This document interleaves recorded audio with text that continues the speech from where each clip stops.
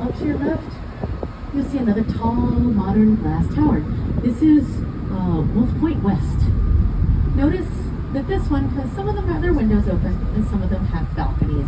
Those are two features you will often see in a residential building, but you'll never see in an office building. Office buildings aren't designed to be fun and comfortable, are they? So that's one way to tell the difference if you're not sure what a building is for. You can see its lower floors have their columns showing. Oh my.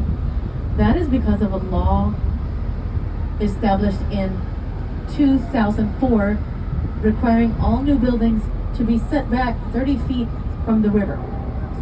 It's about 10 meters back so that the public can access the shoreline. Because this is a public river and everyone deserves the right to enjoy it.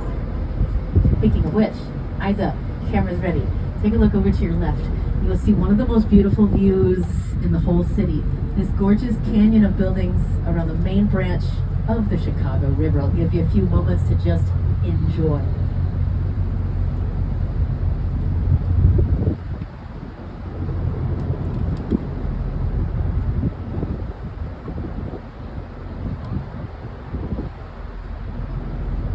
And you see, it's not even twice the width of our boat. How does this building not just blow over on a windy day? Science. They have columns inside throughout the whole building that extend up to the roof, down to the floor, and 120 feet down to the bedrock to hold it in place. The parts that are underneath the ground are called caissons. They are steel reinforced concrete, and they've got a lattice of steel around them as well. They go down to the bedrock because the soil underneath this is very soft. This one has 12 caissons and they're 12 feet thick.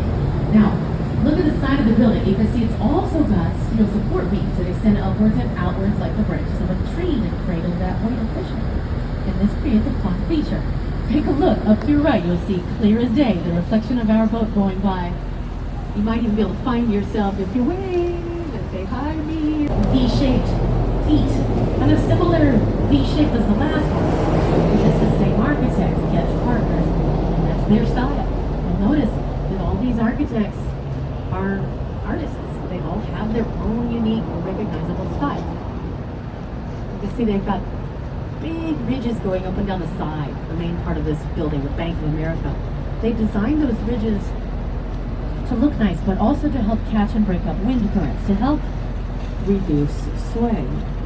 And this unique shape allows each floor to have 14 corner offices because everybody that works here is very important, allegedly.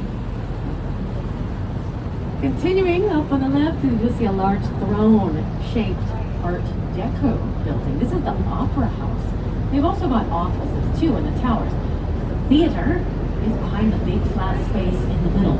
Look carefully in the center of it. You'll see the 5 comedy and tragedy faces of classical theater up there. Below the faces, you can read the name of the building too. Let's all read it together. It says Civic Opera Pavilion. Hey, wait a minute. Must have not had spell check back then. No, they did it on purpose. They knew what they were doing. They were going for the classical look, so they're thinking classical like ancient Rome, Latin. That's how they wrote their alphabet, V's instead of U's. So the Civic Opera Building opened its doors in the fall of 1929. Yeah, who remembers their history books? That was also right around the same time as the stock market crash and the beginning of the Great Depression. And after that was World War II. Now, let's take a look at this little short neighbor that it has here. This one's got big X's. This is not a gateway center. This is those X's are actually holding up the rooftop. They're structural, so there are no columns inside.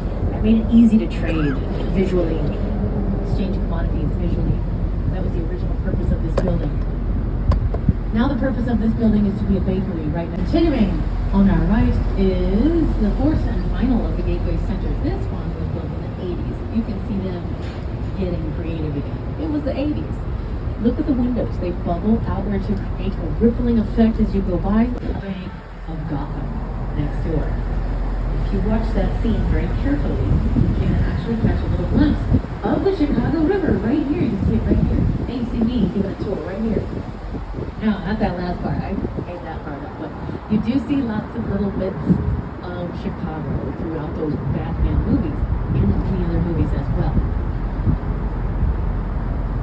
So this big art deco to our right is actually our old main post office.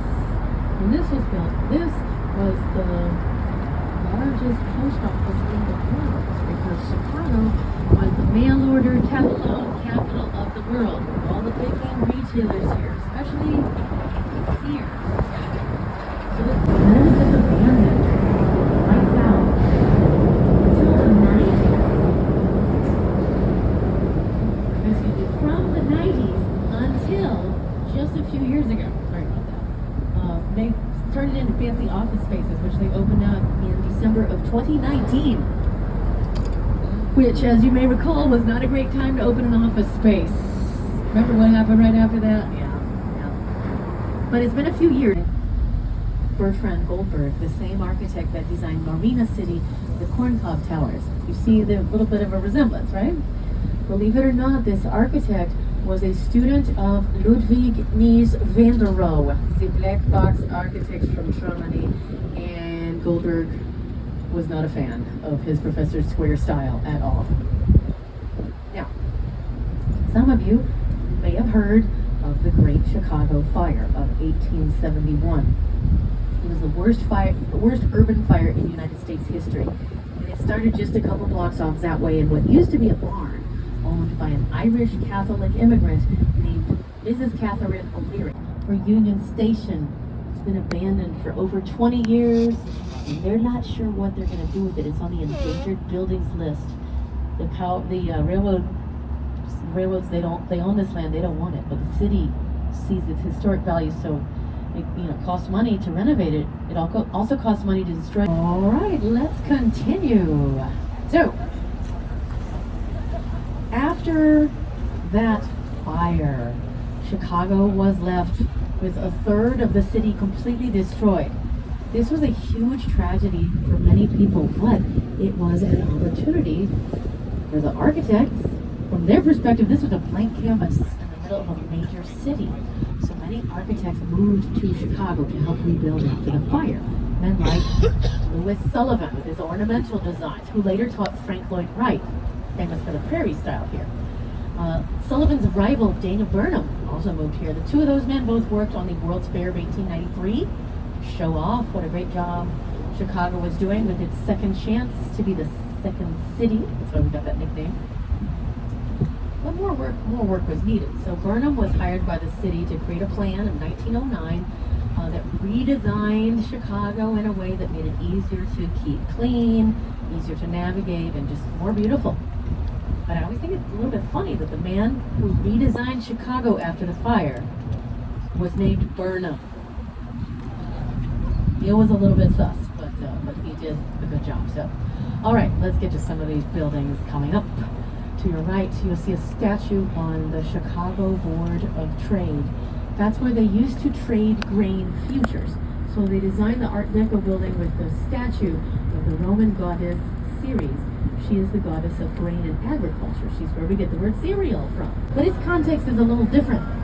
It's next to a 6-lane highway, so the short and long balconies are meant to represent all the cars and trucks that go by it every day.